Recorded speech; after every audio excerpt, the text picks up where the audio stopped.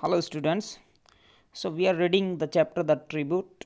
We have already read some part of this chapter and in this video we are going to cover the rest part of it. Before we begin the chapter, let's recapitulate the part which we have already read.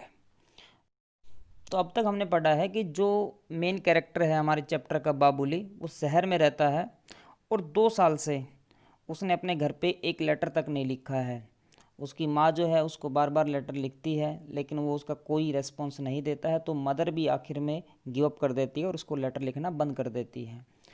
तो जब chapter ये शुरू होता है तो हमने देखा कि उसका जो बड़ा भाई है उसको एक लेटर लिखता है जो उसे उसके ऑफिस की टेबल पे मिलता है और उस लेटर में लिखा गया है, बताया गया है कि किस तरीके से उसकी जो 2 भाभियाँ हैं जो गांव में रहती हैं उनमें डिस्प्यूट हो गया, फ्यूड हो गया है और उनके घर का पार्टीशन होना है। तो बाबुली का जो वहाँ जाना है वो इंडिस्पेंसेबल है, मतलब उसे जाना ही होगा। तो ये लेटर जब उसे मिलता है तो बाबुली जो है थोड़ा सा गिल्ट फील करता है कि भाई मैंने 2 साल से अपने घर पे एक भी लेटर नहीं लिखा, इवन मैंने अपने घर के बारे में सोचा तक नहीं है।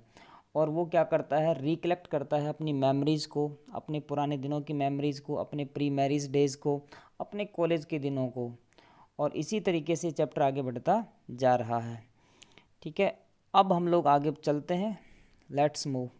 It was my second brother who was so particular and adamant about the division. तो कह रहा है कि ये मेरा दूसरे नंबर का जो भाई है वो है जो एडमेंट है। एडमेंट मीन्स होता है स्टैग्नेटेड, जो स्टबन टाइप के लोग होते हैं, जो अड़ गया है, जिद पे आ गया है अबाउट द डिवीज़न, उस पार्टीशन को लेकर के कि भाई पार्टीशन तो होगा ही होगा, वो अड़ा हुआ उस पर। He wanted it at any cost, और वो हर कीमत पर पार्टीशन चाहता है। I finished reading the letter. तो अब यहाँ पर बाबुली कह रहा है कि मैंने लेटर जो था उसको फिनिश किया, ख़त्म किया। अ कोल्ड स्वेट ड्रेंच्ड मी। अब ड्रेंच मीन्स क्या होता है, जैसे जब आप पसीने से या पानी से जब भीग जाते हैं तो वो जो चीज़ कहलाती है वो ड्रेंच कहलाती है। ठीक है, जैसे कि वेट हो गए आप, तो ड्रेंच बहुत ज़्यादा जब पसीना आता है दैट तब इंसान जो है ड्रेंच हो जाता है। अब यहाँ पर एक समझने वाली बात है कोल्ड स्वेट। अब कोल्ड स्वेट क्या होता है, a state of sweating induced by fear, anxiety और इलनेस। जब आप किसी फियर की वजह से या किसी एंजाइटी, चिंता की वजह से, ठीक है, किसी इलनेस की वजह से जब आप पे पसीना आ जाता है बहुत ज़्यादा, तो वो कोल्ड स्वेट कहलाता है। ठीक है, इसका मतलब ये नहीं कि भाई ठंडा पसीना आ गया, किसी ने उसके ऊपर कोई आइस थोड़ी ना डाली थी। तो ये एक काइंड ऑफ इडियम है। ठीक है, कोल्ड स्वेट। तो अ कोल्ड स्वेट ड्रेंच्ड मी, तो ये कह रहा है कि वो एंजाइटी, क्योंकि जो पार्टीशन को लेकर के इसके माइंड में एक एंजाइटी आ गई थी, एक चिंता आ गई थी, एक फियर आ गया था, उसकी वजह से इसको पसीना आ गया। और ये पसीना किसका, डर का आप कह सकते हैं, चिंता का पसीना। आई फेल्ट हेल्पलेस, मैं हेल्पलेस मैंने फील किया, निसहाय मैंने महसूस किया। ऑर्फंड, ऑर्फंड होता है जो अनाथ, जिसके पेरेंट्स नहीं होते, दैट इज़ कॉल्ड ऑर्फंड। तो मैंने अनाथ जैसा महसूस किया। A sort of despair haunted me for a long time, और एक काइंड की जो एक निराशा थी उसने मुझे काफ़ी देर तक हॉन्ट किया, परेशान किया। क्वाइट रेलेंटलेसली, अब रेलेंटलेसली क्या होता है, मर्सीलेसली, निर्दयतापूर्वक। I try to driven them away, तो कह रहा है कि जो निराशा मेरे ऊपर छाई हुई थी उसको मैंने कोशिश की उसे ड्राइव अवे करने की, दूर करने की। यानिंग हेल्पलेसली इन अ चेयर, और मैं चेयर पे बैठ गया और एक हेल्पलेस तरीके से, निसहाय तरीके से, और वहाँ पर मैंने क्या किया, उबासी लेने लग गया। ठीक है, तो यानिंग कमंस उबासी लेना। In the evening when I told my wife about the partition that was to take place. अब इवनिंग के टाइम पे जब वो घर जाता है तो वो क्या करता है, वो अपनी वाइफ को बताता है कि भाई ऐसे ऐसे डिस्प्यूट हो गया और पार्टीशन होना है। I found her totally unperturbed, unperturbed means होता है अनडिस्टर्ब्ड। सो जब ये अपनी वाइफ को इन्फॉर्म करता है, अपनी वाइफ को बताता है कि ऐसे ऐसे पार्टीशन होना है, तो जो इसकी वाइफ होती है वो बिल्कुल भी डिस्टर्ब नहीं होती, मीन्स वो स्थिर रहती है। ठीक है, स्टेबल रहती है, जैसे कि कुछ हुआ ही नहीं। सी जस्ट आस्क्ड मी, उसने मेरे से पूछा, वेन कब होना है। एज इफ, मानो, she was all prepared and waiting for this event to take place, मानो ऐसा लग रहा था जैसे कि वो पहले से ही तैयार थी इस चीज़ के लिए और वो तो वेट कर रही थी कि पार्टीशन कब हो। तो यहाँ पर आप ये कह सकते हैं कि एक आयरनिकल पार्ट सा थोड़ा सा लग रहा है कि जैसे कि अगर हम अपने उस फैमिली में नहीं रह रहे और दूर रह रहे हैं किसी वजह से, तो हम जैसे ये तो एक टाइप से ऐसा लग रहा है जैसे कि उस फैमिली से इसका कुछ लेना ही देना नहीं है ना। It looks that she doesn't have anything to do with that family, लेकिन ऐसा होना नहीं चाहिए। तो इसकी जो वाइफ है थोड़ी बड़ी सी इनग्रेटिट्यूड टाइप की लग रही है, और ऐसा लग नहीं रहा कि वो फैमिली रिलेशनशिप को रिटेन करना चाहती है, मेंटेन करना चाहती है। तो राइटर जो नरेटर है वो यही कह रहे हैं, ठीक है ना, बाबुली जो है वो यही कह रहे हैं कि जब मैं घर पे गया मैंने अपनी वाइफ को वो बातें बताई तो वो बिल्कुल अनडिस्टर्ब्ड लगी, और ऐसा लगा जैसे कि वो तो पहले से ही तैयार थे इस पार्टीशन को लेकर के। और उसने मेरे से सिंपली ये पूछा कब होना है। In a week's time I said, तो मैंने कहा एक वीक में हो जाएगा। In bed that night my wife asked me all sorts of questions, तो जब हम कह रहे हैं कि बेड पे थे, सो रहे थे, ठीक है, लेटे हुए थे, उस समय मेरी जो वाइफ थी उसने मेरे से हर एक टाइप का क्वेश्चन पूछा, ठीक है ना। All sorts of questions, sorts means type, kinds आप जिसे कह सकते हैं। तो उस पार्टीशन के रिगार्डिंग, उस पार्टीशन को लेकर के एवरी टाइप ऑफ क्वेश्चन जो था उसने पूछा। What would be our share, जैसे क्वेश्चन कौन कौन से थे, what would be our share and how much would it fetch us on selling it, हमारा हिस्सा कितना होगा, शेयर कितना होगा, और जब हम अपना उस शेयर को बेच देंगे, उस लैंड को बेच देंगे, तो फैच का मतलब होता है ब्रिंग, लाना, तो वो हमें क्या ला करके देगी, ठीक है। हाउ मच मतलब कितना ला करके देगी, इसका मतलब है कि हमें कितना पैसा मिलेगा जब हम उस अपने शेयर को बेच देंगे, तो हमारे हिस्से कितना पैसा आएगा। I said nothing for a while but in order to satisfy her at last I guessed that it should be around 20,000 rupees. तो वो कह रहा है कि I said nothing for a while, कुछ देर तो मैंने कुछ भी नहीं कहा, ठीक है, कुछ देर तो मैंने कुछ भी नहीं कहा, but in order to satisfy her, लेकिन उसको सेटिस्फाई करने के लिए, ठीक है, उसको शांत करने के लिए, एट लास्ट गेस्ट, तो मैंने थोड़ा गैस किया, अंदाज़ा लगाया, that it should be around 20,000 rupees, की सब कुछ बेच देंगे अपना शेयर तो 20,000 रुपये हमारे इससे आ जाएंगे। She came closer to me and said, तो वो मेरे और नज़दीक आई और उसने कहा, we don't need any land in the village. तो क्या कह रही है कि मुझे गांव, क्या हमें तो गांव में ज़मीन की ज़रूरत है ही नहीं। देखिए यहाँ से जो फैमिली, जो रियल पार्टीशन है ये है, ये थिंकिंग है, ठीक है। ये चीज़ जो है, जो ब्रदरहुड है, जो भाईचारा है, जो फैमिली रिलेशनशिप है, उनको यहाँ ये चीज़ें कब ख़त्म कर देती हैं पता भी नहीं चलता है। देखिए किस तरीके की बातें कर रही है। We do not need any land in the village, हमें गांव में किसी टाइप की ज़मीन की ज़रूरत नहीं है। We shall be do it, what shall we do with it, हम करेंगे क्या इसका। Let sell it and take the money, एक काम करो इसे बेच दो और जो पैसा आए वो ले लो। Remember when you sell it, लेकिन साथ में उसको वो इन्फॉर्म, आप ये कह सकते हैं कि वो वॉर्न कर रही है उसे कि याद रखना, वेन यू सेल इट, जब आप इसको बेचो, hand over to me the entire 20,000, सारे के सारे जो 20,000 रुपये हैं, जो टोटल अमाउंट आएगा, ठीक है ना, वो सारा का सारा पैसा आप मेरे को हैंड ओवर कर देना, मुझे दे देना। I will make proper use of it, और मैं इसका सही इस्तेमाल करूँगी। मीन्स जैसे बाबुली तो बेवकूफ़ है, वो तो कर ही नहीं सकता कुछ। तो यहाँ से आप सोच सकते हैं, देखिए ऐसी बातें जब फैमिलीज में होती है ना, तो पार्टीशन और भी भयंकर तरीके से होता है। ये परिवार जो है उसको बिखेरने वाली बातें हैं ये। I will make proper use of it, मैं इसका प्रॉपर तरीके से यूज़ करूँगी। वी नीड अ फ्रिज, हमें एक फ्रिज चाहिए, यू नो, पता ही आपको कि हमें एक तो फ्रिज की ज़रूरत है। समर इज अप्रोचिंग, गर्मी आ रही है। You need not go to the office riding a bicycle, और आपको अब ऑफिस साइकिल से जाने की ज़रूरत नहीं है। You must have a scooter, आपके पास एक स्कूटर होना बहुत ज़रूरी है। And the rest will put we will put in a bank, और जो बाकी पैसा बचेगा, ठीक है, वो हम लोग क्या करेंगे, बैंक में डिपॉजिट कर देंगे। तो ठीक है, तो कहने का मतलब ये है कि वो कह रही है कि देखिए एक तो हमें फ्रिज चाहिए, गर्मी आ रही है, दूसरा है फिर आप साइकिल से जाते हो ऑफिस में, आप साइकिल से जाना छोड़िए, आप एक स्कूटर लीजिए, क्योंकि स्कूटर आपके पास होना बहुत ज़रूरी है, और जो पैसा कुछ बचेगा फिर हम बैंक में डाल देंगे। There is no use keeping land in the village, गांव में ज़मीन रखने से कोई फ़ायदा नहीं है, मीन्स उसे बेच दो। We can't look after it, हम उसकी देख रेख तो कर नहीं सकते। And why should others draw benefits out of our land, draw benefits का मतलब फ़ायदा उठाना। अब जो दूसरे लोग हैं, अब दूसरे अगर सोचे तो दूसरे कौन है, वो उसी के तो भाई बंधु हैं, लेकिन वो कह रहे कि भाई ये जो दूसरे लोग हैं, हमारा जो हिस्सा है, हमारा जो शेयर है, हमारी जो ज़मीन है, उससे फ़ायदा क्यों उठाएं। I listened to all this like an innocent lamb looking into the darkness. अब वो कह रहा है कि मैंने ये जो बातें वो जो बता रही थी, जो ये सजेशंस जो मुझे दे रही थी, जो एडवाइस मुझे दे रही थी, ठीक है, ये मैंने बड़ा ही मैंने सुना। I listen to like an innocent lamb, एक मासूम मेमने की तरह मैंने ये सारी चीज़ें सुनी उसकी। Looking into the darkness, उस अंधेरे में देखते हुए। आई फेल्ट, और मैंने महसूस किया, as if the butcher was sharpening his knife, और मुझे ऐसा फील हुआ जैसे कि एक कसाई जो है अपना जो नाइफ है उसको शार्प कर रहा था, उसको धार लगा रहा था, ठीक है, उसे तेज कर रहा था।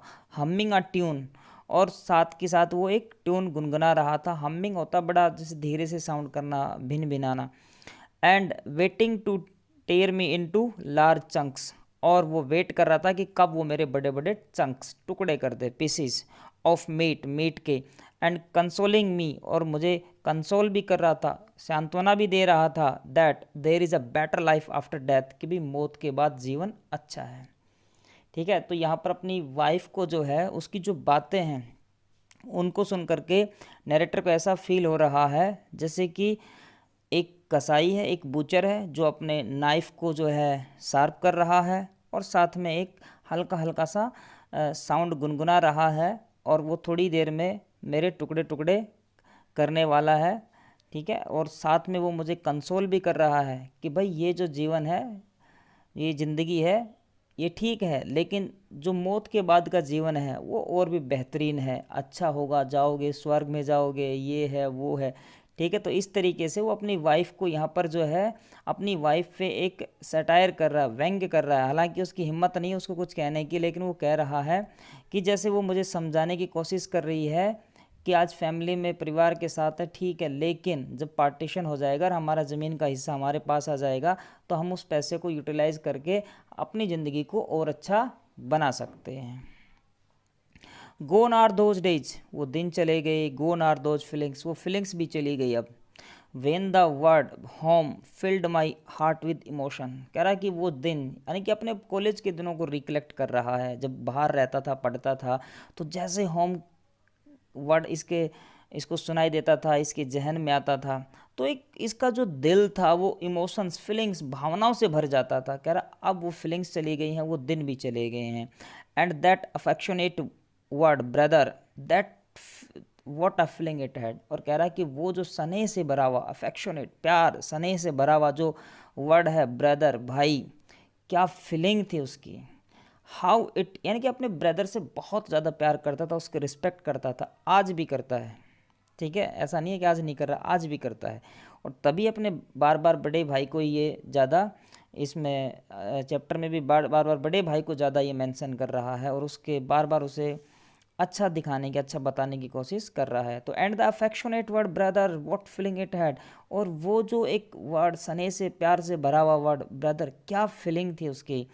How it use to make my heart pound. अब पाउंड मीन्स क्या होता है, पाउंड मीन्स होता है जैसे जब फास्ट बीट होती है, ठीक है ना, हार्ट फास्ट बीट करता है, तो use to make my heart pound with love, तो मेरा जो हृदय था, मेरा जो हार्ट था, दिल था, वो तेज तेज धड़कने लग जाता था प्यार से। कह रहा जैसे ही मैं ये वर्ड सुनता था ब्रदर, अब देखो जैसे ही ये वर्ड सुनता था, कौन सा, होम, तो इमोशन से भर जाता था। इसी तरीके से जैसे ये वर्ड सुनने को मिलता था ब्रदर, भाई, तो इसका जो दिल था वो तेज तेज बीट करने लग जाता था प्यार प्यार के साथ। ठीक है, विद लव।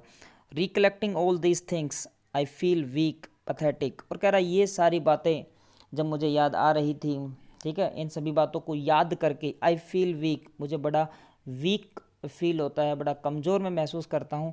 पैथेटिक, और बड़ा ही उदास। पैथेटिक का मतलब यहाँ पर पिटिएबल, जैसे उदास, सैड आप कह सकते हैं, right. Where is the heart gone, वो दिल कहाँ चला गया है। वेयर आर दोज डेज, वो दिन कहाँ चले गए हैं। Where has the spontaneity of feeling gone, spontaneity का मीन्स क्या होता है? शार्पनेस, आप कह सकते हैं स्वाभाविकता यहाँ पे। तो where has that spontaneity of feeling gone, तो वो जो स्वाभाविकता है, वो रिलेशन जो, ठीक है, जो रिलेशनशिप में होती है, वो कहाँ चली गई ये सब? I just can't understand how a stranger could all of sudden become so intimate. अब यहाँ पर वो अपनी वाइफ को टारगेट करते हुए कह रहा है, ठीक है ना, यहाँ पर अपनी वाइफ को टारगेट करते हुए कह रहा है कि जब कह रहा है कि हम अनमैरिड होते हैं तो हमारी, we always think about our family and each and every member of the family, but as soon as we get married, जैसे हमारी शादी होती है, जो थिंग्स जो है ना, दे चेंज, बदल जाती हैं वो। और वो कैसे बदलती हैं, देखिए समझिए। आई जस्ट कांट अंडरस्टैंड, कह रहा मुझे समझ में नहीं आ रहा है कि how a stranger could all of sudden become so intimate. Intimate means आत्मीय, बिल्कुल ज़्यादा जिगरी हो जाना, इंटीमेट हो जाना, आत्मीय हो जाना, आत्मा से जुड़ जाना। कि कैसे एक स्ट्रेंजर, कैसे एक अजनबी जो है ऑल ऑफ सडन अचानक बिकम सो इंटीमेट, इतना आत्मीय बन जाता है। Only sharing a little warmth, केवल थोड़ी सी वार्मथ, थोड़ी सी गर्मी शेयर करके, by giving a silent promise, एक साइलेंट प्रोमिस देता हुआ, वादा करता हुआ, ऑफ कीपिंग क्लोज। और कीपिंग क्लोज का मतलब है कि साथ रहेंगे। अब देखिए यहाँ पर लिटिल वार्मथ का मतलब क्या है, और little warmth, sharing little warmth by giving a silent promise, इसको समझिए थोड़ा ध्यान से, क्या कहना चाह रहा है कि किस तरीके से एक अजनबी आदमी हमारा इतना इंटीमेट बन जाता है कि वो एक हमसे प्रॉमिस करता है कि भाई हम जो है ज़िंदगी भर साथ रहेंगे, ठीक है। लिटिल वार्मथ जो है उसका मतलब यही है कि एक वादा करना ज़िंदगी भर साथ रहने का, और बस इतना एक प्रॉमिस करके, ठीक है, इतनी थोड़ी सी वो लिटिल वार्मथ दिखा करके हमारा इतने आत्मीय बन जाता है कि हम जो है ना प्रायोरिटी उसे देने लग जाते हैं बजाय अपने फैमिली के। But I became my normal self in 2 days। तो ये इसके माइंड में 1 से 2 दिन ये बातें चलती रहती हैं। उसके बाद कह रहा है कि 2 दिन में मैं नॉर्मल हो जाता हूँ। I grew used to what had been a shock. तो कह रहा है कि वो जो शौक मुझे लगा था, मैं 1-2 दिन में उसका यूज टू हो गया, आदी हो गया। लेटर ऑन, बाद में, in the market place keeping pace with my wife. अब क्या होता है कि बाद में, ये 1-2 दिन बाद में मार्केट जाते हैं, तो जब ये मार्केट जाते हैं हस्बैंड वाइफ दोनों, keeping pace with my wife, तो जो वाइफ है उसके साथ कदम से कदम मिला करके ये चल रहे हैं, यानी कि स्पीड उसके बराबर रखे हुए हैं। Enquired about the prices of the different things she intended to buy. Intend means होता है इंटेंशन रखना, इच्छा रखना, और बाय मीन्स खरीदना। तो कह रहा है कि अब मार्केट हम लोग जाते हैं और मैं उसके साथ चलता हूँ, और हम लोग क्या करते हैं, डिफरेंट थिंग्स, जो अलग अलग चीज़ें जो उसे खरीदनी थी, जो वो खरीदना चाहती थी, उनकी हम लोग क्या पूछते हैं, प्राइसेस, कीमतें पूछते हैं। Buying a fridge was almost certain. और फ्रिज जो हमें फ्रिज खरीदना था वो तो सर्टेन था, निश्चित था कि भी फ्रिज तो खरीदना ही खरीदना है। A second hand scooter, a stereo set and some gold ornaments। ornaments क्या होते हैं, ज्वेलरी, आभूषण, राइट। तो एक सेकंड हैंड स्कूटर खरीदना था, एक स्टीरियो सेट खरीदना था, और उसके बाद गोल्ड ऑर्नामेंट्स, ठीक है। कोई लेडी मार्केट में जाए और ऐसे शॉपिंग, जब ऐसा पैसे आने वाला हो और उसके बाद कुछ ऑर्नामेंट्स ना खरीदे, तो that is next to impossible, ऐसा आमतौर पे होता नहीं है, ठीक है। तो ठीक है, I prepared a list of the prices. तो कह रहा है मैंने एक लिस्ट बना ली, लिस्ट तैयार कर ली उन आइटम्स के जो प्राइसेस थी, उनकी कीमतों की। She kept reminding me about her intentions and वो शोविंग लॉट ऑफ इम्पेशंस। अब देखो यहाँ पर, she kept reminding me about her intentions, वो मुझे रिमाइंड कराती रही, याद दिलाती रही उसकी जो इंटेंशंस थी, उसकी जो इच्छा थी उसके बारे में, और शो करती रही लॉट ऑफ इम्पेशंस। अब पेशेंस का मतलब होता है सब्र, और इम्पेशंस का मतलब क्या होता है, सब्र का न होना, ठीक है, लैक ऑफ पेशेंस। तो वो जो अपनी बेसब्री थी उसको वो मुझे दिखाती रही, वो बेचैन सी होगी, बेसब्र होगी कि जल्दी से जल्दी पैसा आ जाए, बस ये जल्दी से मैं stereo set, ornaments, scooter, fridge, ये सब ले आऊँ। लेकिन बच्चों, लोग कहते हैं कि हैव पेशेंस, सब्र रखो, बिकॉज पेशेंस ऑलवेज पेज। सब्र का जो फल होता है ना वो मीठा होता है। तो we must have some patience in life, जीवन में थोड़ा सब्र रखना चाहिए। It was Saturday afternoon. अब आ गया दिन शनिवार का। तो कह रहे ये शनिवार का दिन था, आफ्टरनून का टाइम था। I left for my village, मैं अपने गाँव के लिए चला, ठीक है। अब बाबुली जो है अपने गाँव के लिए निकल लेते हैं। जहाँ पर इनको पार्टीशन में जो पार्टीशन होना है उसमें भी पार्टिसिपेट करना है जा करके। द सेम बस वॉज देयर, कह रहा वही बस, वो रिकेटी बस जो ये स्टार्टिंग में इसने बताया था कि मैं अपने घर जाता था रिकेटी बस में, तो कह रहा वही बस। Inspiring in a tile the old familiar feeling, तो उसी पुरानी जो फैमिलियर फीलिंग थी, परिचित फीलिंग थी, उसके साथ मुझे क्या कर रही थी, इंस्पायर कर रही थी। इंस्पायर यहाँ क्यों कह रहा है इंस्पायरिंग, जैसे कि जब ये कॉलेज में पढ़ता था, घर जाता था तो बस को देख करके दौड़ता था, वो इंस्पायर करती थी कि आजा बेटा बैठ, मुझ में ले चलती हूँ तेरे को तेरे घर पे। तो कह रहा कि उस बस को देख करके आज मेरे अंदर वही फीलिंग्स जो जानी पहचानी फैमिलियर, ठीक है, जो फीलिंग थी वो फिर आ गई। आई रश टू ऑक्यूपाई, और मैं दौड़ा, to occupy the seat, seat पकड़ने के लिए। अब देखो रस, रस का मतलब होता है दौड़ के जाना। ये बड़ा सिस्टम जो है ना बड़ा ख़राब है। आप रेल स्टेशन पे चले जाओ, आप बस स्टैंड पे चले जाओ, जब लोग बोर्ड होते हैं, चढ़ते हैं, और अलाइट होते हैं, उतरते हैं, तो दोनों ही टाइम पे क्या होता है, बड़ा रश करते हैं, तेज़ चलते हैं, दौड़ते हैं। क्या बच्चा, क्या बूढ़ा, क्या जवान, क्या बीमार, बस ऐसे दिखाएंगे उस समय जो एनर्जी है कि बस अभी इनको ये इस ट्रेन में चढ़ेंगे कि पता नहीं ट्रेन कभी चली ना जाए। इस तरीके का जो है ना सिस्टम है। तो ये भी क्या किया, हालांकि अब देखो पहले कॉलेज में पढ़ता था, अब जॉब करने लग गया, लेकिन फिर भी I rush to occupy the seat, मैं तेज दौड़ा। ऑक्यूपाई मीन्स गेट, सीट पकड़ने के लिए, कैच, ऑक्यूपाई का मतलब यहाँ पर एक अच्छा वर्ड आप ले सकते हैं कैच, ठीक है। तो I rush to catch the seat, मैं सीट पकड़ने के लिए दौड़ा, जस्ट बिहाइंड द ड्राइवर, जो सीट ड्राइवर के पीछे थी। माई फेवरेट सीट, तो कह रहा वो मेरी फेवरेट सीट है, यानी कॉलेज के दिनों में भी मैं वहीं बैठा करता था। इन माई हरी, और जब इसने जल्दबाजी दिखाई, दौड़ के गया, I bruised my knee against the door. अब ब्रूज्ड का मतलब है हर्ट, ठीक है ना, गेट हर्ट, चोट लग जाना। तो ये इंजर्ड हो गया, इसका नी जो था घुटना था, अगेंस्ट द डोर, वो डोर को जा करके लगा तो उससे ब्रूज्ड हो गया, ठीक है। जैसे ब्रूज्ड मेनली जो होता है, जैसे आपने देखा कि कभी आपको चोट लगी और वो नीला नीला सा काला सा हो जाता है, जो ब्लड है उसके क्लोट से बन जाते हैं, वो बाहर भी नहीं आता है, तो वो ब्रूज्ड कहलाता है। I bruised my knee against the door, तो मेरा जो नी था वो जा कर के दरवाजे पे लगा, तो इसलिए वो ब्रूज्ड हो गया, हर्ट हो गया। इट हर्ट मी, इसने मुझे थोड़ा हर्ट किया, इंजर्ड किया। The brief case fell of, अब इसके हाथ में एक ब्रीफ केस था, वो क्या हो गया, गिर गया। And the little packet containing the prasad of Lord Lingaraja meant for my dear mother was scattered over the ground. अब स्कैटर्ड होता है बिखर जाना, तो कह रहा है कि जो ब्रीफ केस था मेरे हाथ से गिर गया, उसमें एक लिटिल पैकेट था, एक छोटा सा पैकेट था। कंटेन का मतलब होता है जब कोई चीज़ अपने अंदर समाहित रखती है कोई दूसरी चीज़, जैसे जग है, उस जग में 2 लीटर मिल्क है, तो आप क्या कहेंगे, this jug contains 2 litre of milk, तो वो कंटेन क्या है, इसीलिए कंटेनर बनते हैं। तो the brief case fell off and the little packet containing the prasad of Lord Lingaraj meant for my dear mother वो scattered over the ground.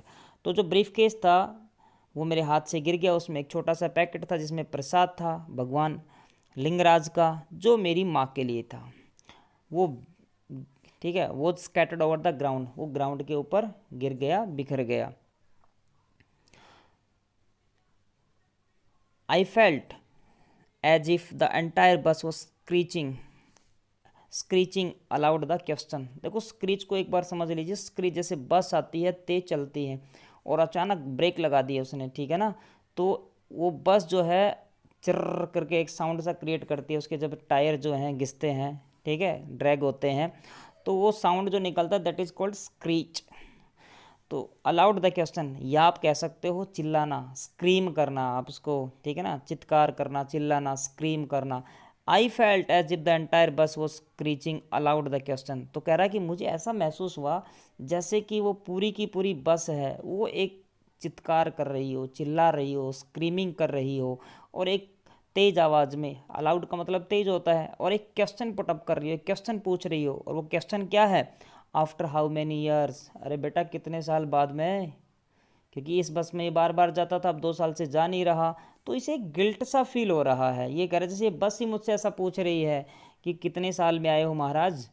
You have not bothered in the list to retain that tender love, और आगे क्या कह रही है वही बस, you have not bothered, bothered का मतलब परेशान होना, जहमत उठाना, ठीक है, मतलब सोचना। यहाँ पर you have not bothered in the list, list का मतलब होता है कम से कम, to retain that tender love, कह रहा है कि आपने इतनी भी कोशिश नहीं की, आपने इतनी भी जहमत नहीं उठाई कि कम से कम to retain that tender love you had in your heart, जो एक कोमल प्यार, टेंडर लव मीन्स कोमल प्यार जो आपके दिल में था, फॉर होम, घर के लिए, आपने उसको रिटेन, रिटेन का मतलब बना करके रखना। तो कह रहा है कि जैसे वो बस मुझे ये कह रही है कि भाई तूने कम से कम इतनी भी कोशिश नहीं की कि जो कोमल प्यार तेरे दिल में था होम के लिए उसको बना करके रख पाता। Instead you have sold it to the butcher, बजाय इसके उस टेंडर लव को बनाए रखने के बजाय घर के लिए तूने क्या किया, तूने उसे सोल्ड कर दिया, बेच दिया बूचर को, कसाई को, to help yourself become a city babu, ठीक है, वो प्यार तुमने कसाई को बेच दिया और तुम खुद क्या बन गए, तुम बन गए सिटी बाबू। तो शहरी बाबू बनने के लिए भाई तुमने क्या किया, अपने उस प्यार को ही कसाई के हाथों बेच दिया, घर के लिए प्यार को। कर्सिस बी ऑन यू, धिक्कार है तुम पे लानत है तुम पे, ठीक है। I boarded the bus, collecting the briefcase and the content of the soiled packet. अब soiled पैकेट का मतलब था मटमेला, जैसे मिट्टी विट्टी लग गई है, धूल मिट्टी उसको लग गई है। I boarded the train, मैं ट्रेन में चढ़ा, means got on, collecting the briefcase and the content of the soiled packet. अब जो पैकेट उनको मिट्टी विट्टी लग गई है वो और ब्रीफकेस को लेकर के कलेक्ट करते हुए, ठीक है, मैं बस में चढ़ा। वेयरिंग अ सेमलेस स्माइल, और मेरे जो चेहरा था उस पर एक सेमलेस, एक बेशर्मी वाली स्माइल थी। For the cleaner and the conductor of the bus, जो मैं हंस रहा, मतलब मैंने एक सेमलेस स्माइल पास की किसकी तरफ, क्लीनर की तरफ और कंडक्टर की तरफ। ये अक्सर हो जाता है, ठीक है ना, जब आप गिरते विरते हैं कहीं से तो थोड़ा सा आप, वो सामने कोई बंदा खड़ा है तो उसकी तरफ आप क्या करते हैं, थोड़ा स्माइल करते हैं, इसी टाइप की, ठीक है, जहाँ आप थोड़ा थोड़ा अपने आप को थोड़ा आप शर्मिंदा भी फील करते हैं वहाँ पर आप। It was 5 in the evening when I got down। अब देखो बस में नरेटर जो है, बाबुली जो है, हमारा हीरो जो है चैप्टर का, वो बस में बैठता है, बस में चढ़ता है और बस चलती है, चलती चलती चली जाती है और 5 बज जाते हैं। 5 बजे ये बस से गेट डाउन हो जाता है, उतर जाता है, ठीक है ना। तो it was 5 in the evening when I got down बस, मैं जब बस से उतरा तो 5 बज चुके थे। I had written beforehand, beforehand means होता पहले ही। तो कह रहा है कि जब मैं उस दिन घर आऊँगा, ये बात मैंने पहले ही मैंने एक लेटर लिख करके भैया को बता दिया था। My elder brother was there to meet me at the bus stop, और जब मैं बस से उतरा तो वहाँ मेरे बड़े भाई थे, मुझसे मिलने के लिए आए थे, मीन्स मुझे रिसीव करने के लिए आए थे बस स्टॉप पे। He appeared a little tired and worn out, tired का मतलब भी होता है थका हुआ और वॉर्न आउट का मतलब भी होता है थका मांदा, ठीक है। तो टायर्ड आप कह सकते हैं, वॉर्न आउट आप कह सकते हैं, एग्जॉस्टेड आप कह सकते हैं, इन सब का मतलब थका हुआ होना ही होता है।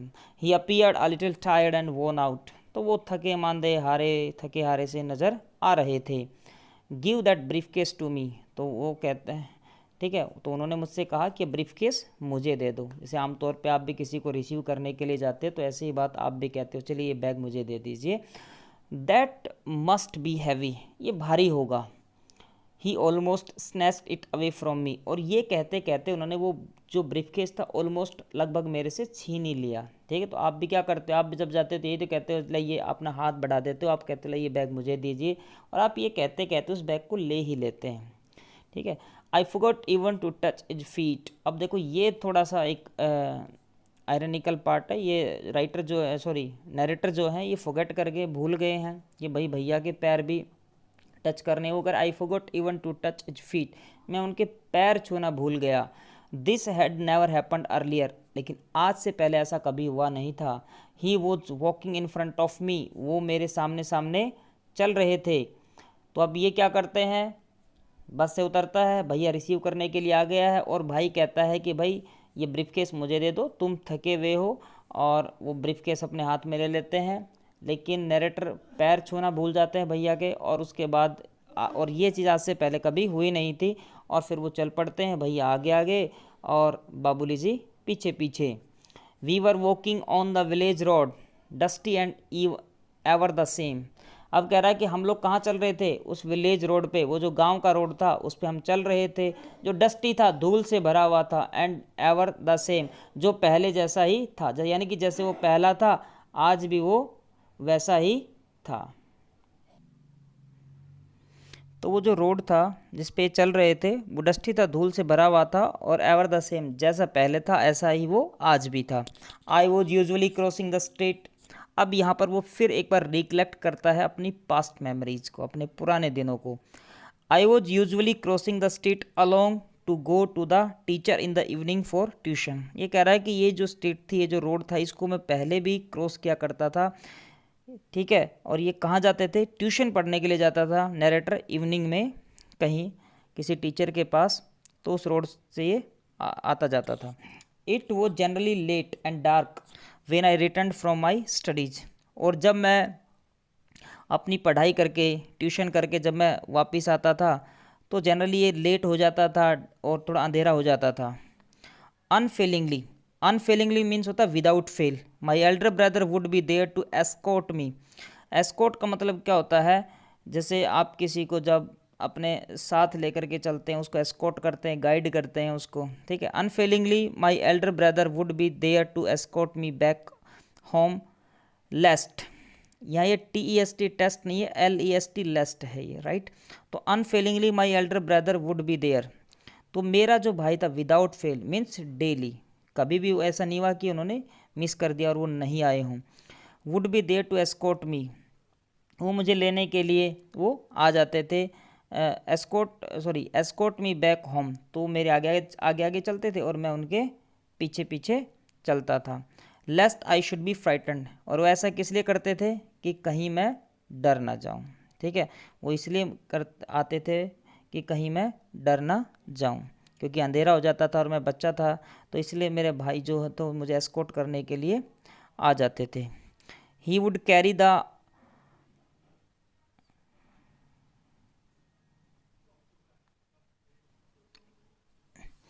he would carry the lantern my bag of books and notes।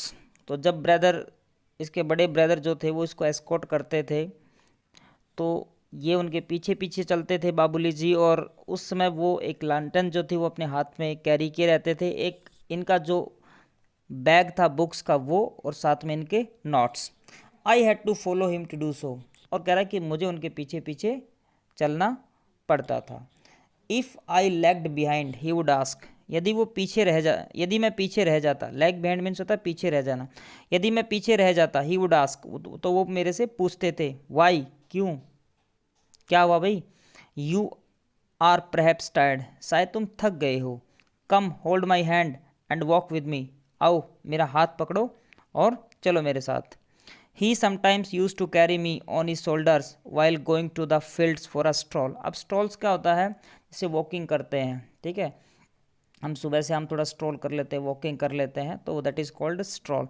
He sometimes use to carry me on its shoulders while going to the fields for a stroll. तो जब वो स्ट्रॉल के लिए जाते थे, घूमने के लिए जाते थे खेतों में, तो वो मुझे क्या करते थे, कभी कभार अपने कंधे पर बैठा करके लेकर के जाते थे खेतों में। The bus stop was some distance from the village. तो कह रहे हैं, नरेटर कह रहे हैं कि ये जो बस स्टॉप है ये गांव से थोड़ी दूरी पर था, यानी कि गांव थोड़ा अप्रोच में पड़ता था, ऑन रोड नहीं था। I had fallen behind him, अभी वापस वहीं आ गए हैं।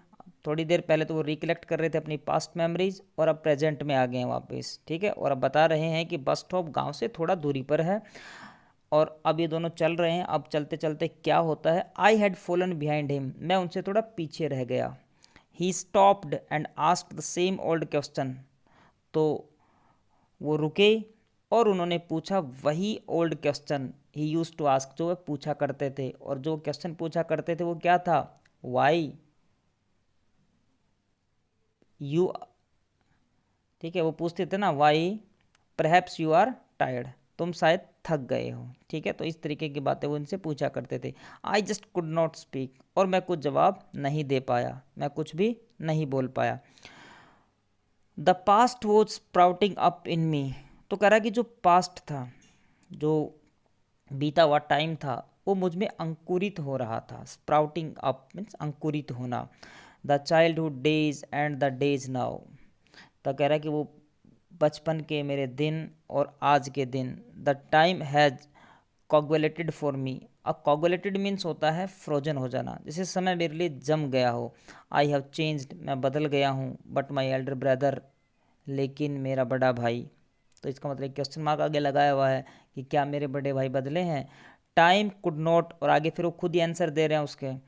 Time could not bring upon him any change, नहीं, वो कह रहे हैं कि नहीं, जो समय है, समय ने मुझ पे तो बदलाव ला दिया है, मैं तो समय के साथ बदल गया हूँ, ठीक है ना। With the passage of time I have changed but my brother has not changed.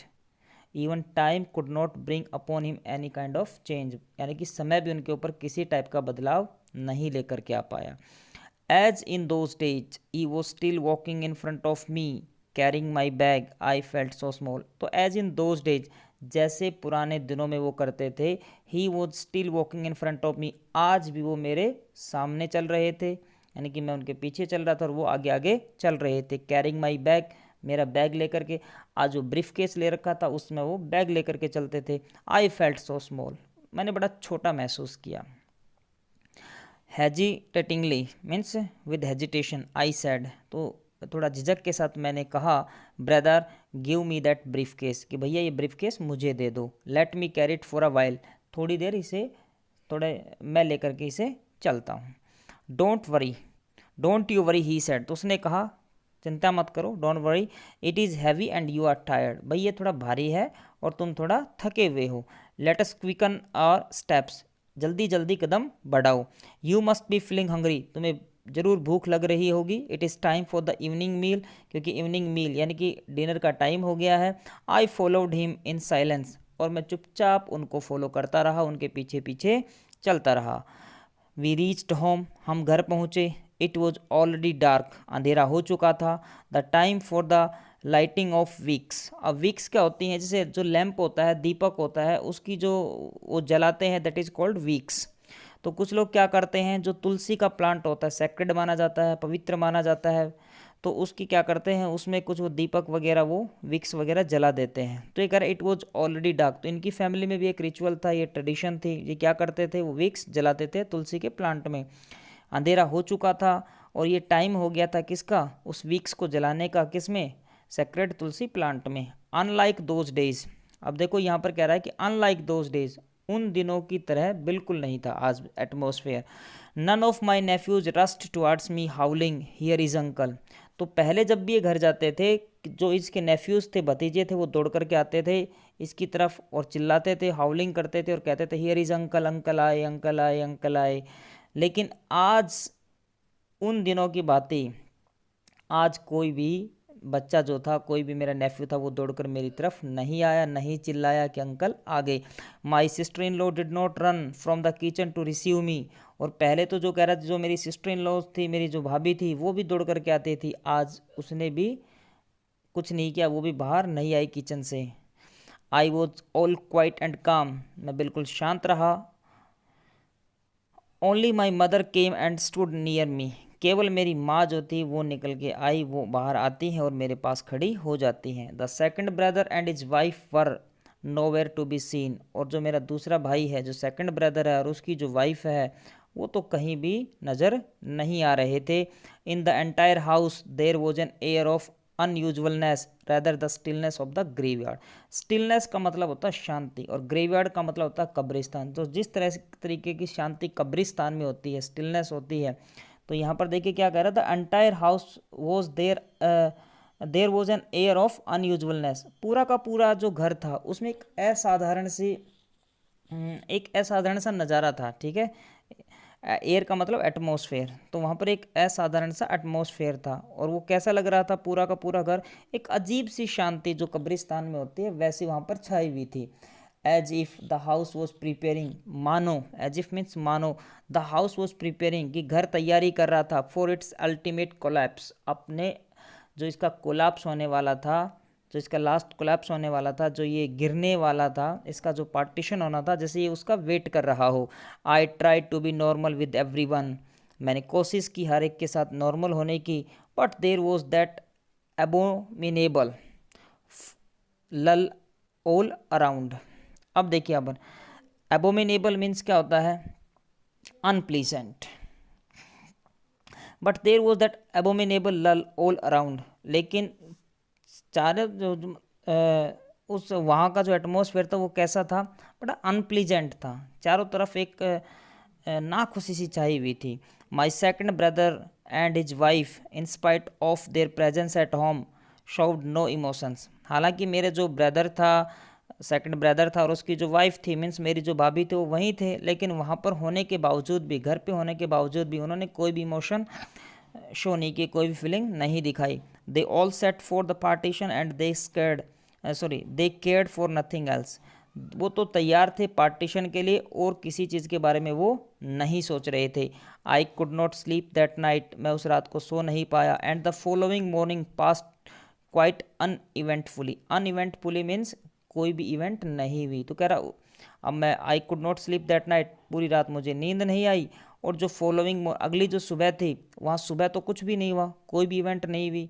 It was mid day, तो मिड डे आ गया, दिन का बीच आ गया। 7 or 8 people had gathered in our courtyard to supervise the division। अब 7 से जो 8 लोग थे वो इकट्ठा हो गए इन आवर कोर्टयार्ड, हमारे घर के आंगन में, टू सुपरवाइज निरीक्षण करने के लिए उस डिवीज़न का। तो 7 से 8 लोग आ गए, आंगन में इकट्ठा हो गए सुपरवाइज करने के लिए उस डिवीज़न का।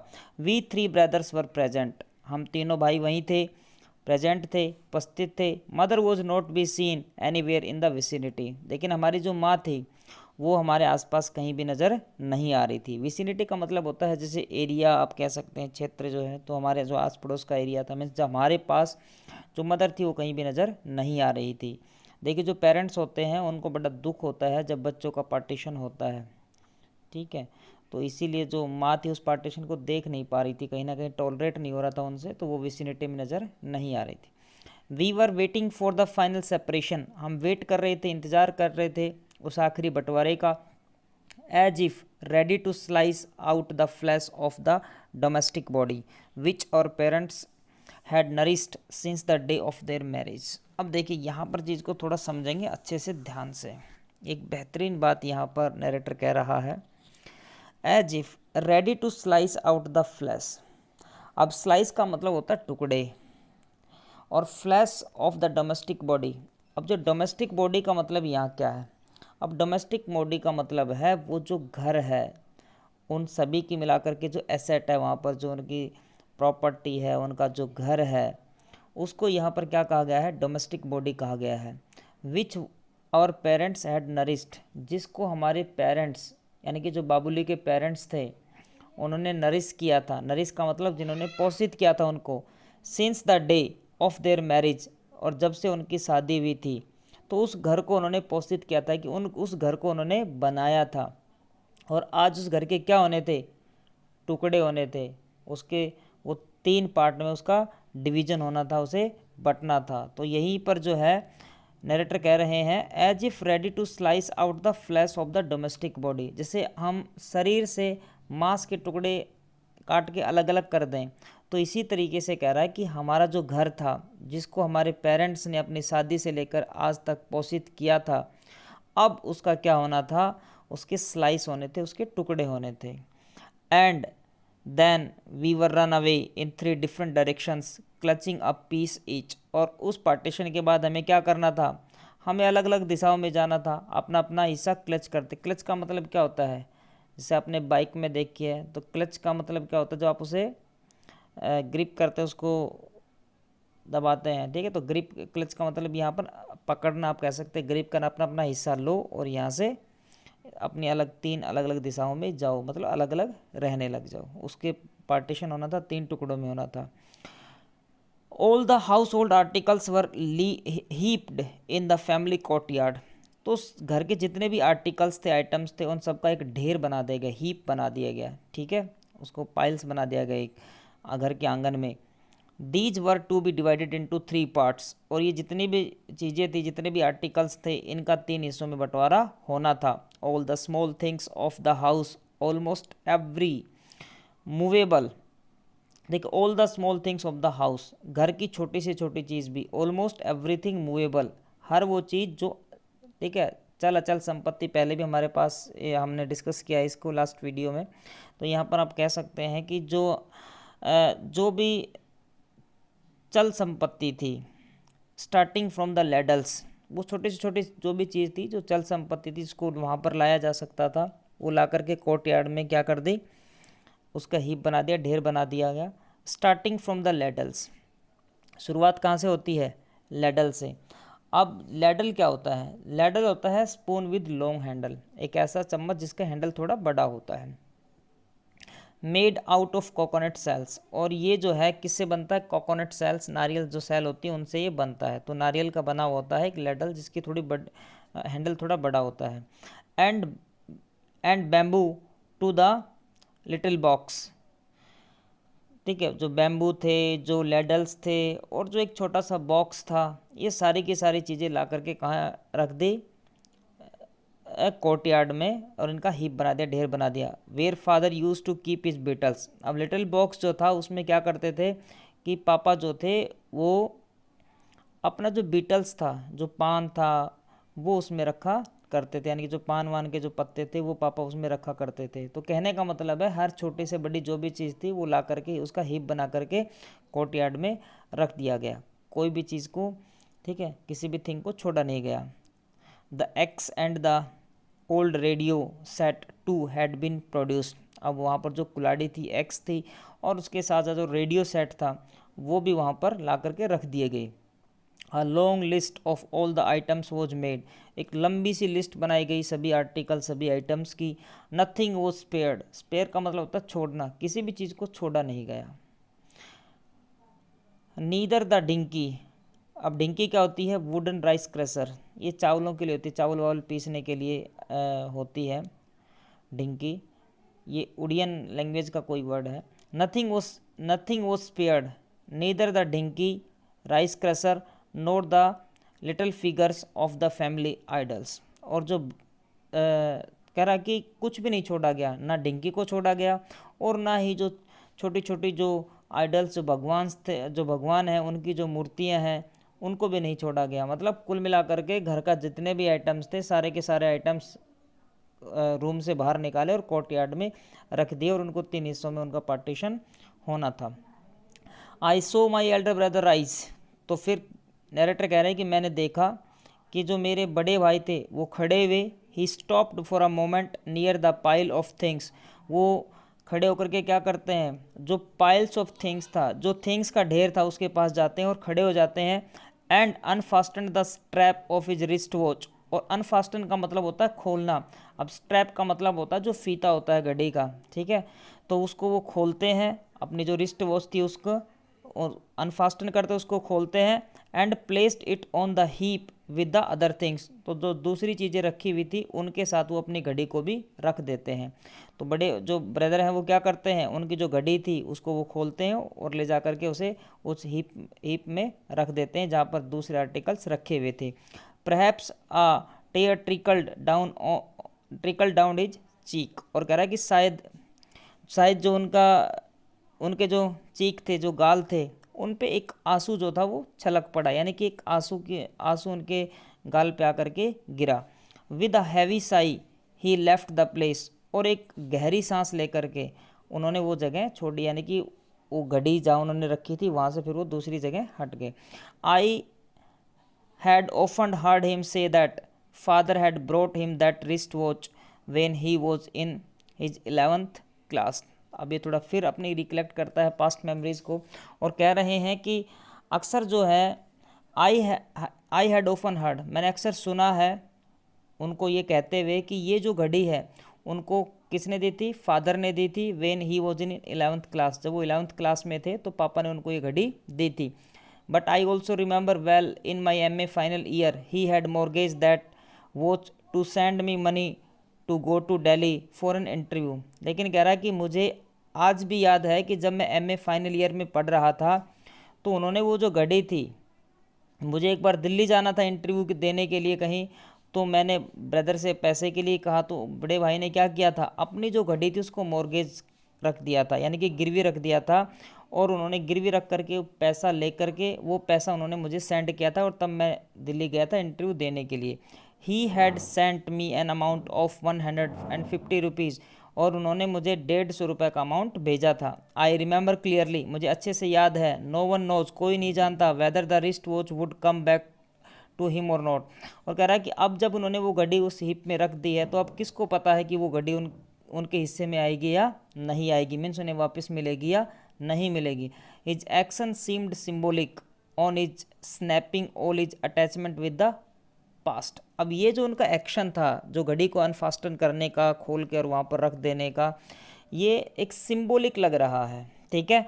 On is snapping all is attachment with the past, कि जैसे कि उनका जो पास्ट के साथ जो अटैचमेंट रहा है, क्योंकि इस घड़ी से उनका पास्ट जुड़ा हुआ है, फादर ने उनको दी थी, तो जैसे उनका वो जो अटैचमेंट है वो स्नैप हो रहा है, ब्रेक हो रहा है, ठीक है। तो ऐसा ही कि सिंबलाइज यहाँ पर हो रहा है। आई वॉज साइलेंट, मैं चुप था। My elder sister in law was in the backyard, मेरी जो बड़ी भाभी थी वो पीछे खड़ी थी।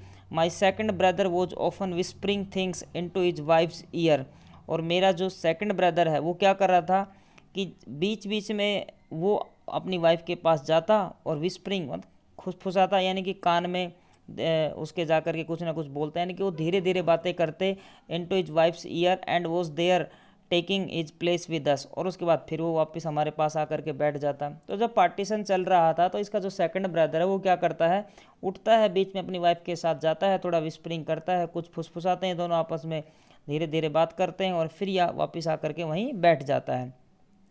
It was like the butcher's knife going to the stone to sharpen itself, और ये ऐसा लग रहा था उसका जो बार बार अपनी वाइफ के साथ जाना फिर वापस आकर के बैठ जाना, ये ऐसा लग रहा था।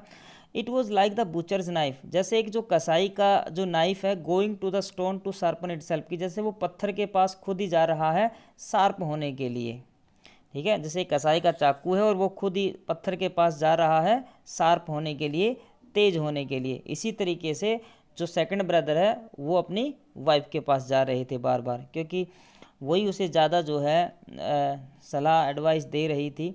द एल्डर ब्रदर वॉज काम एंड कंपोज्ड, लेकिन जो मेरा बड़ा भाई था वो कैसा था, बिल्कुल कंपोज्ड था, काम था, शांत था, ठीक है, खुश था, वो संतुष्ट था, उसे कोई दिक्कत नहीं थी। Like a perfect gentleman he was looking at the proceedings dispassionately, तो एक जेंटलमैन की तरह, एक भद्र पुरुष की तरह वो जो पूरी प्रोसीडिंग्स हो रही थी, वो जो प्रोसीजर वहाँ पर चला हुआ था, उसको वो डिस्पैशनेटली, एक तो पैशनेट होता है कि भाई अरे, जैसे इसका जो सेकंड ब्रदर वो तो पैशनेटली उस चीज़ को कर रहा है, लेकिन ये आराम से शांति से उस चीज़ को कर रहा है। कोई इसको ज़्यादा ऐसा नहीं है कि भाई अरे पार्टीशन हो रहा तो बहुत अच्छा लग रहा है, नहीं। Exactly as he had done on the day of the sacred, मतलब ज़्यादा वो, जैसे कुछ लोग क्या करते हैं ना कि बहुत ज़्यादा या तो बहुत ज़्यादा दुख दिखा देते हैं, बहुत ज़्यादा वो खुशी दिखा देते हैं, ठीक है, लेकिन इनके अंदर ऐसा कुछ भी नहीं था। Exactly as he had done on the day of the sacred thread ceremony of his son and the day of my marriage, तो जिस तरीके से वो काम और कंपोज्ड थे मेरी शादी वाले दिन और जब उनके बच्चे की जो थ्रेड सेरेमनी हुई थी, ठीक है, उस दिन जिस तरीके से वो काम और कंपोज्ड थे, आज भी वो वैसे ही थे।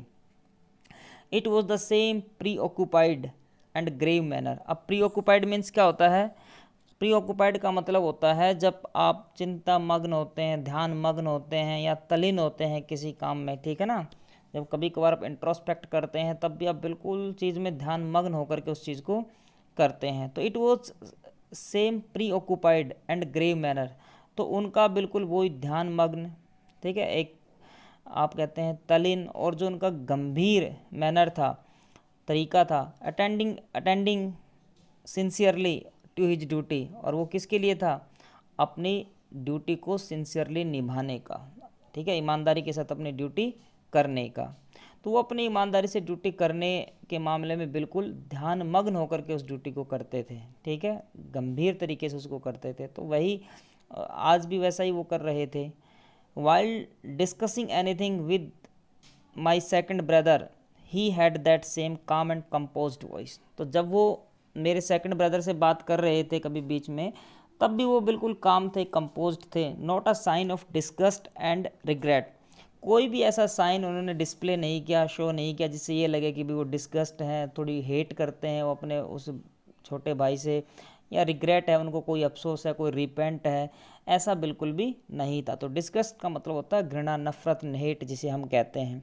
तो ऐसा उन्होंने कुछ नहीं किया। आम तौर पे कुछ लोग क्या करते हैं कि जब पार्टीशन हो रहा होता है तो कुछ लोग लड़ाई झगड़े पर भी उतारू हो जाते हैं, लेकिन यहाँ पर ऐसा कुछ भी नहीं था। और ख़ास करके यदि बात करें बड़े ब्रदर की, तो I remember the year father died. अब ये यहाँ पर नैरेटर एक बार फिर अपनी पास्ट मेमोरीज को रिकलेक्ट कर रहे हैं, फिर याद कर रहे हैं, फ्लैशबैक में जा रहे हैं। I remember the year father died, कह रहा है कि मुझे याद है जब जिस साल पिताजी की डेथ हुई थी। We had to live under a great financial strain. अब स्ट्रेन का मतलब होता है तनाव, ठीक है। तो यहाँ पर आप ग्रेट फिनेंशियल स्ट्रेन का मतलब क्या हो गया कि बहुत बड़ा एक जो क्राइसिस आ गया था घर में, किसको लेकर के, पैसों को लेकर के। तो कह रहा है कि मुझे आज भी याद है जिस साल फादर की जो डेथ हुई थी, तो हम लोगों को एक बहुत बड़े फाइनेंशियल जो हमारा क्राइसिस आया था घर में, उसमें हमें जीना पड़ा था, यानी कि पैसे की बहुत ज़्यादा तंगी घर में आ गई थी। इट वॉज विंटर, सर्दी का टाइम था। The chill was at its height, और सर्दी का भी टाइम कौन सा, जब जो चिल थी, जो कोल्ड थी, ठंड थी, वो अपने पीक पे थी। तो आप कह सकते हैं it was the month of January और दिसंबर, जो ये जो महीने होते हैं जहाँ पर बहुत तेज़ ठंड पड़ती है, तो ये टाइम था। We had a limited number of blankets, और इनके पास गिने चुने ही कंबल थे। The cold was so biting. अब बाइटिंग मीन्स होता है बिटरली कोल्ड, जब होती है बहुत तेज़, जब आपको सीवर करने पर मजबूर कर देती है, ठीक है ना, बहुत तेज़ ठंड होती है। तो कोल्ड वॉज सो बाइटिंग, बहुत तेज़ ठंड थी, पार्टिकुलरली एट मिडनाइट, और खास करके तो आधी रात को बहुत भयंकर ठंड हो जाती थी। That one blanket was not enough for me, और एक कंबल कह रहा है कि मेरे लिए काफ़ी नहीं था। कह रहा है कि एक कंबल मेरे लिए पर्याप्त नहीं था। अब लिमिटेड ब्लैंकेट्स थे, एक बंदे के इससे एक ही कंबल आ रहा था, और ये कह रहा है कि एक कंबल में मैं अपने आप को जो है सेव नहीं कर पा रहा था उस कोल्ड से। दैट नाइट, उस रात, I was sleeping in the passage room. अब पैसेज रूम होता है जो गलियारे के पास वाला जो रूम होता है, that is called passage room. That night, उस रात, I was sleeping in the passage room, मैं गलियारे वाले रूम में, जो गलियारे के पास रूम है उसमें सोया हुआ था। When I woke up in the morning, और जब मैं सुबह उठा, I found my elder brothers blanket on me, तो मैंने देखा कि मेरे जो बड़े भाई का ब्लैंकेट था वो भी मुझ पे ही था। एडिड टू माइन, और मेरे कंबल के साथ उसको ऐड कर दिया गया था। यानी कि जब मैं सोया तो एक कंबल ओढ़ करके सोया था, और जब मैं जगा तो देखा मैंने तो दो कंबल ओढ़ रखे थे। मेरे बड़े भाई का कंबल भी मैंने ही ओढ़ रखा था। Early at dawn he had left for the fields without a blanket on his shoulders. तो आमतौर पे क्या होता है कि सर्दी के टाइम पे हम लोग ब्लैंकेट वगैरह जो है ओढ़ करके अपने आप को कवर करके हम कहीं बाहर घूमने के लिए जाते हैं। तो यहाँ पर क्या है, early at dawn he had left for the fields, वो सुबह, अर्ली, डॉन का मतलब होता है अर्ली मॉर्निंग, वो सुबह सुबह जल्दी, यानी कि अर्ली मॉर्निंग वो क्या करते हैं, वो चले जाते हैं खेतों में। Without blanket on his shoulders, अपने कंधों पर बिना ब्लैंकेट डाले हुए ही, ठीक है। If he had been asked why, और यदि कोई उनसे जा कर के ये पूछ ले कि आपने ऐसा क्यों किया, आपने जो कंबल था वो बाबुली को क्यों उड़ा दिया, आप कंबल लेकर के क्यों नहीं आए इतनी सर्दी में, तो he would have surely said, तो वो निश्चित रूप से क्या कहेंगे, इन इज यूजुअल मैनर, जैसा वो अक्सर कहते हैं, that he did not feel the cold, कि उनको ठंड नहीं लगती। Now I have a comfortable income. अब वो कह रहा है कि यहाँ पर देखिए एक बार जो नैरेटर फिर अपने आप को थोड़ा गिल्टी फील कर रहे हैं, वो कहीं ना कहीं दोषी मानते हैं, अपने जो फैमिली की तरफ वो ध्यान नहीं दे पाए, अपने ब्रदर की तरफ, अपनी मदर की तरफ, तो उस चीज़ को लेकर के थोड़ा गिल्ट है उनके अंदर। Now I have a comfortable income, तो कह रहे हैं कि नैरेटर कह रहे हैं बाबूली जी कि अब मेरी इनकम जो है वो कंफर्टेबल है, यानी हैंडसम है, मतलब अच्छा मैं कमा लेता हूँ। Yet it had never occur to me, लेकिन ये मुझे कभी भी ये मेरे साथ नहीं हुआ, कभी भी मुझे ऐसा नहीं लगा, कभी मुझे ध्यान नहीं आया, to think of buying any warm cloth for my elder brother, कि मैं अपने भाई के लिए कोई गर्म कपड़ा खरीद लूँ। कह रहा आज अच्छी खासी इनकम है मेरी, लेकिन फिर कभी मेरे माइंड में ऐसी बात आई नहीं कि मैं अपने भाई के लिए कुछ गर्म कपड़े खरीद लूँ। He is still satisfied and happy with that old tattered blanket, he is still satisfied, वो आज भी संतुष्ट हैं किसके साथ और खुश हैं with that old tattered blanket, वो जो पुराना जो उनका फटा हुआ, टैटर्ड मीन्स टॉर्न, जो उनका टॉर्न ब्लैंकेट है वो आज भी उसी के साथ खुश है। उनको ना कोई जैकेट चाहिए, ना कोई स्वेटर चाहिए, ना उनको कुछ कोई अच्छा कंबल चाहिए, कुछ नहीं चाहिए वो तो। लेकिन कह रहा है कि देखो मैंने आज तक नहीं सोचा कभी अपने बड़े भाई के बारे में कि यार मैं अपने बड़े भाई के लिए कोई कपड़े अच्छे खरीद लूँ, स्वेटर खरीद लूँ, जैकेट खरीद लूँ, कुछ क्विल्ट खरीद लूँ, कोई ब्लैंकेट खरीद लूँ, ठीक है। लेकिन अब मुझे ऐसा कभी फील नहीं हुआ। लेकिन मेरा जो बड़ा भाई है उसे तो कुछ चाहिए ही नहीं, वो तो आज भी खुश है उस कंबल के साथ जो फटा हुआ है, टॉर्न है, टैटर्ड है।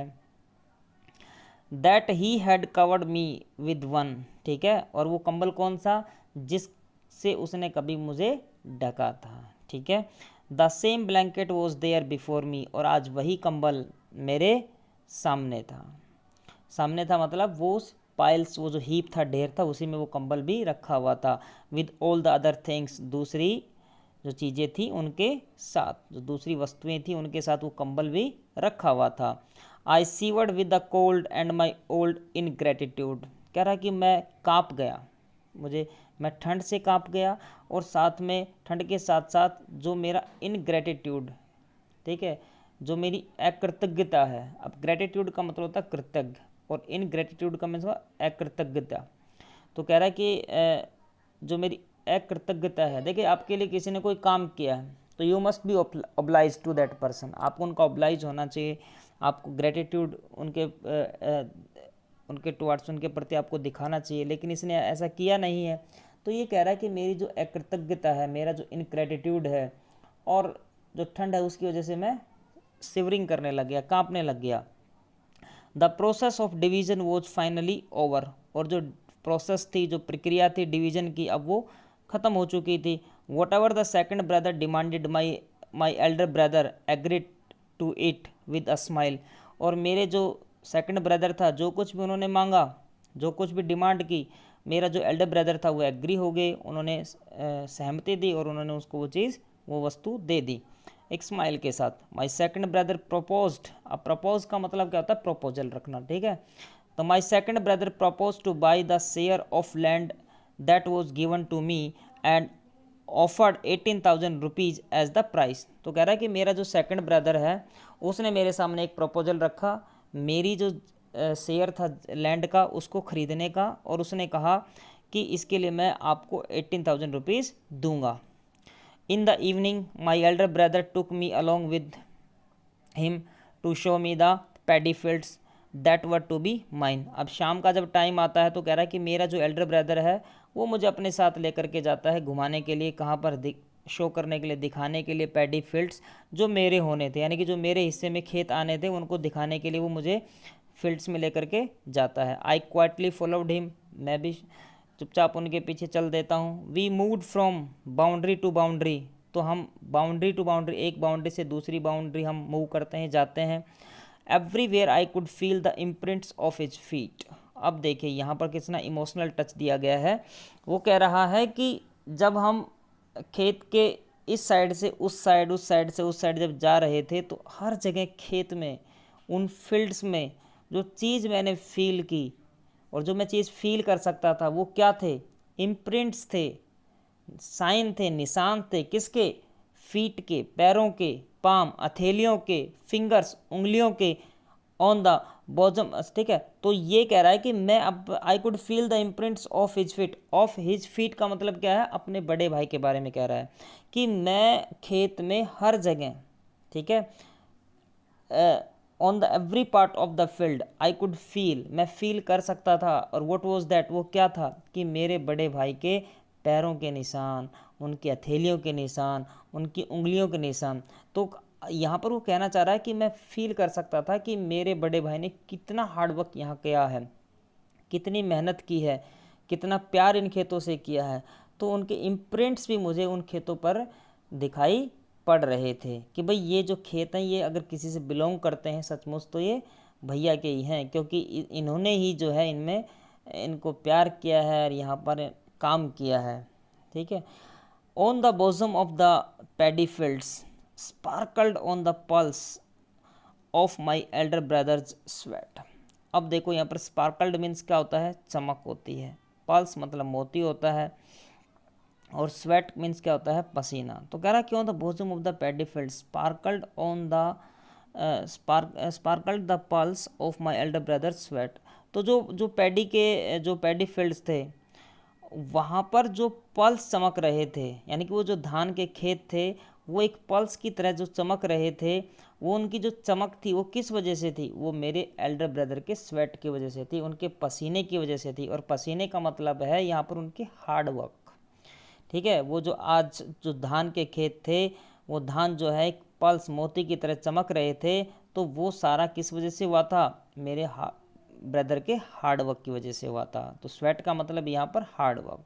ही was showing me the fields as a father would introduce a stranger to family members.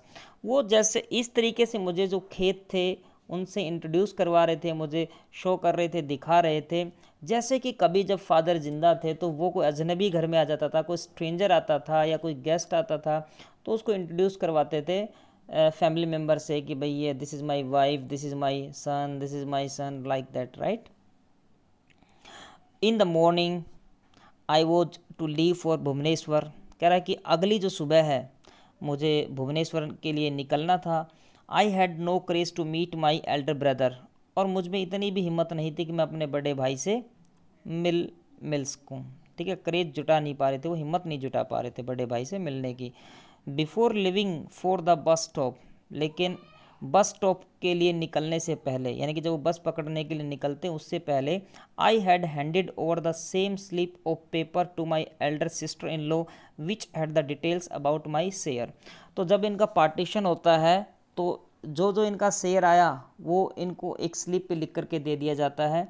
तो वही स्लिप जो होती है, ठीक है, तो वही स्लिप ये अपनी जो बड़ी भाभी हैं, ठीक है, उनको ये हैंड ओवर कर देते हैं। वो जो स्लिप जिन पे इनका शेयर लिखा हुआ है, इनका जो जो हिस्से में आया है वो चीज़ लिखी हुई है, वो क्या करते हैं, ये बस स्टॉप पे जाने से पहले वो स्लिप अपनी भाभी को हैंड ओवर करते हैं, अपनी भाभी को थमा देते हैं, पकड़ा देते हैं, जिस पे डिटेल्स थी उनके शेयर की। Writing on the blank side of that slip, और उसकी जो ब्लैंक साइड थी यानी कि जो दूसरे साइड का जो हिस्सा था उस पर ये क्या करते हैं, कुछ लिखते हैं, राइट करते हैं। आई हैड आस्क्ड हर, और लिखने के बाद ये भाभी को पकड़ाते हैं, हैंड ओवर करते हैं, फिर कहते हैं कि I had asked her to deliver it to my elder brother, और मैंने कह दिया कि भाभी प्लीज़ आप ये ना भैया को दे देना। एंड स्टिल्थली का मतलब था चुपचाप। Slipped out of our house, और चुपचाप फिर मैं घर से निकल गया। आई हैड रिटन, और मैंने लिखा था। अब क्या लिखा था उस लेटर में, ये देखिए, ब्रदर भैया, what shall I do with the land, मैं ज़मीन का क्या करूँगा। देखिए, एक छोटा भाई अपने बड़े भाई के लिए आज तक तो कुछ नहीं कर पाया, लेकिन क्या पता आने वाली जो 2 लाइन्स हैं इसमें बहुत कुछ कर दे, या कम से कम कुछ तो करे। क्या करता है देखते हैं। What shall I do with the land, मैं इस ज़मीन का क्या करूँगा। You are my land from where I could harvest everything in life, कि यू आर माई लैंड, आप मेरी ज़मीन हो, फ्रॉम वेयर, जहाँ से, I could harvest everything in life, जहाँ से मैं हर एक चीज़ काट सकता था ज़िंदगी की। कहने का मतलब है कि भैया आप ही मेरी ज़मीन हो, और मैंने जिससे जीवन में जो फसल जो काटी है वो आपकी वजह से ही है। कहने का मतलब है कि whatever I am today all credit goes to you. जो मैं आज जीवन में कुछ भी हूँ, जो भी मैंने जीवन में हासिल किया है, आज मेरी अच्छी जॉब है, अब मैंने पढ़ाई लिखाई पूरी की है, वो आपकी वजह से है भैया। I need nothing save you, save का मतलब एक्सेप्ट, बट कह रहा है कि आपके अलावा मुझे कुछ नहीं चाहिए। तो वो कह रहे हैं कि भैया मैं ज़मीन का क्या करूँगा, मेरे लिए तो आप ही ज़मीन हो जहाँ से मैं फसल काट सकता हूँ। I need nothing save you, मुझे आपके अलावा कुछ नहीं चाहिए। एक्सेप्ट दिस, इसको स्वीकार कर लीजिए प्लीज़। इफ़ यू डिनाई, और यदि आप डिनाई करेंगे, मना करेंगे, I shall never show you my face to you again, तो मैं कभी भी आपको अपना चेहरा दोबारा नहीं दिखाऊंगा। तो यही उनका एक ट्रिब्यूट होता है अपने बड़े भाई को, कि लास्ट में अपना जो शेयर है वो अपने बड़े भाई को दे देते हैं, और इसीलिए इस चैप्टर का नाम ट्रिब्यूट रखा गया है। तो देखिए शहर में, सिटी में रहा है, लेकिन फिर भी हम कह सकते हैं कि यदि किसी के अंदर मैनर्स अच्छे हैं, अपब्रिंगिंग उसकी अच्छी हुई ही है, ठीक है, उससे अच्छे मैनर संस्कार मिले हैं, तो वो जीवन में चाहे वो कहीं रह जाए, सिचुएशन कुछ भी बन जाए, वो उन चीज़ों को भूलता नहीं है और वो कभी ना कभी उसके जीवन में फिर काम आती हैं। तो यही बाबुली के साथ हुआ। बाबुली एक उसके बड़े भाई का जो उनके ऊपर आशीर्वाद रहा हमेशा, उसकी वजह से बाबुली जो है अच्छे मैनर्स बाबुली में थे। हालांकि 2 साल वो घर से दूर रह कर के लेटर नहीं लिखते हैं, लेकिन फिर भी लास्ट में वो जो है अपना जो ग्रेटिट्यूड है वो अपने भाई के प्रति वो दिखाते हैं, वो उनका ऑब्लाइज रहते हैं और उनको अपना शेयर देते हैं। तो इस चैप्टर से हम लोग काफ़ी कुछ सीख सकते हैं कि एक रिलेशनशिप होता है brother, between brother and brother, भाई और भाई के बीच में, वो किस तरीके से होता है और किस तरीके से हमें उसे रिटेन करना चाहिए, उसे बना करके रखना चाहिए। तो चलिए बच्चों, ये चैप्टर बहुत लंबा हो गया है और अब हम जो है नेक्स्ट वीडियो में मिलेंगे एक नए चैप्टर के साथ।